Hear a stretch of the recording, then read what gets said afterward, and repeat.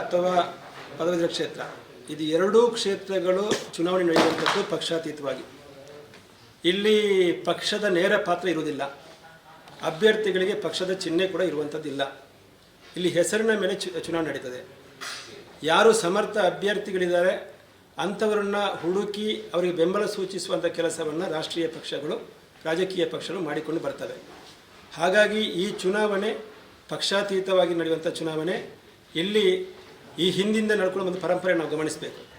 ಆ ಪರಂಪರೆ ಏನಂತೇಳಿದ್ರೆ, ನೀವು 5 ವರ್ಷದ ಹಿಂದೆ ನಡೆದ ಚುನಾವಣೆ, ಆ ಚುನಾವಣೆಯಲ್ಲಿ ಈ ಭಾಗದಲ್ಲಿ ಈ ಕ್ಷೇತ್ರದಲ್ಲಿ ಒಟ್ಟು 28 ವಿಧಾನಸಭಾ ಕ್ಷೇತ್ರ ಇತ್ತು.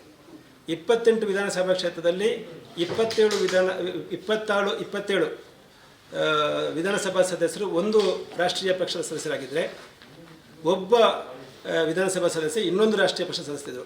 ಆದರೆ ಪ್ರಾದೇಶಿಕ ಪಕ್ಷದಿಂದ ಬಂದಿರತಕ್ಕಂಥ ಭೋಜೇಗೌಡರು ಇಲ್ಲಿ ಹೇಳ್ತಾರೆ ಅಂತ ಹೇಳಿದರೆ, ಇಲ್ಲಿ ಶಿಕ್ಷಕರು ತಮಗೆ ಬೇಕಾಗಿರತಕ್ಕಂಥ ತಮ್ಮ ಸಮಸ್ಯೆಗಳಿಗೆ ಸ್ಪಂದಿಸಬಲ್ಲಂಥ, ತಮ್ಮ ಸಮಸ್ಯೆಗಳ ಜ್ವಲಂತ ಸಮಸ್ಯೆಗಳಿಗೆ ಪ್ರತಿನಿಧಿಸುವಂಥ ಅಭ್ಯರ್ಥಿಯನ್ನು ಬೆಂಬಲಿಸುವ ನಿಟ್ಟಿನಲ್ಲಿ ಅವರು ರಾಜಕೀಯ ನೋಡೋದಿಲ್ಲ, ಅವರು ಪಕ್ಷ ನೋಡೋದಿಲ್ಲ.